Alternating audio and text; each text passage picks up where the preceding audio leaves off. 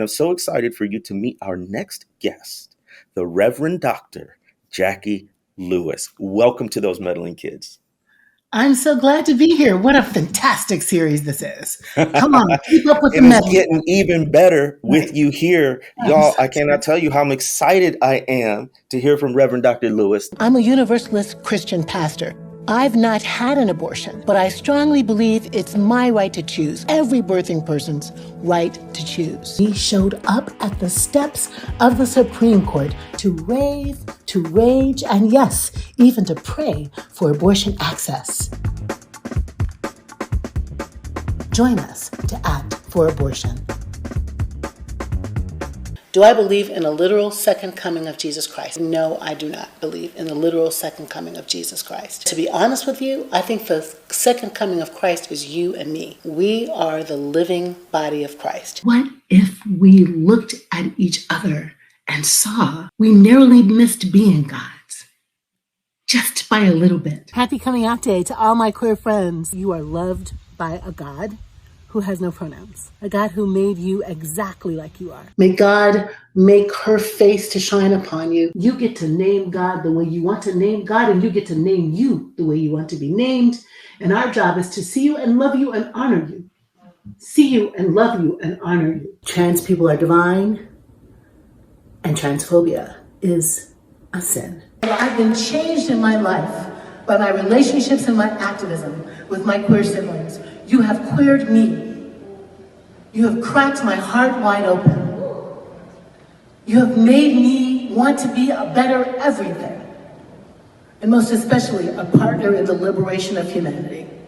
So thank you, and never stop loving your amazing self. God bless you. Middle Church is my jam. Middle Church is my multiracial, multicultural, all the things, queer-friendly, women-led experiment about multiracial life in America.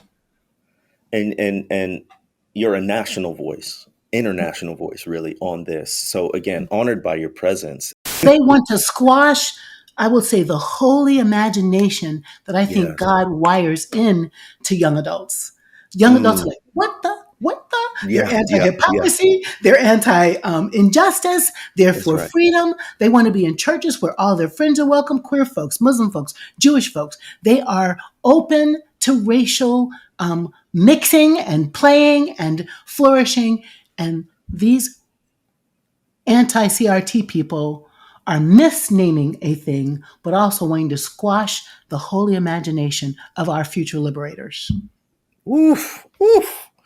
God came into the world as a poor, refugee, homeless person, son of a carpenter, handyman, who is the one through whom God chose to redeem the world. Particular flesh, African Semitic flesh, brown, marginalized outsider flesh, outside of the empire flesh.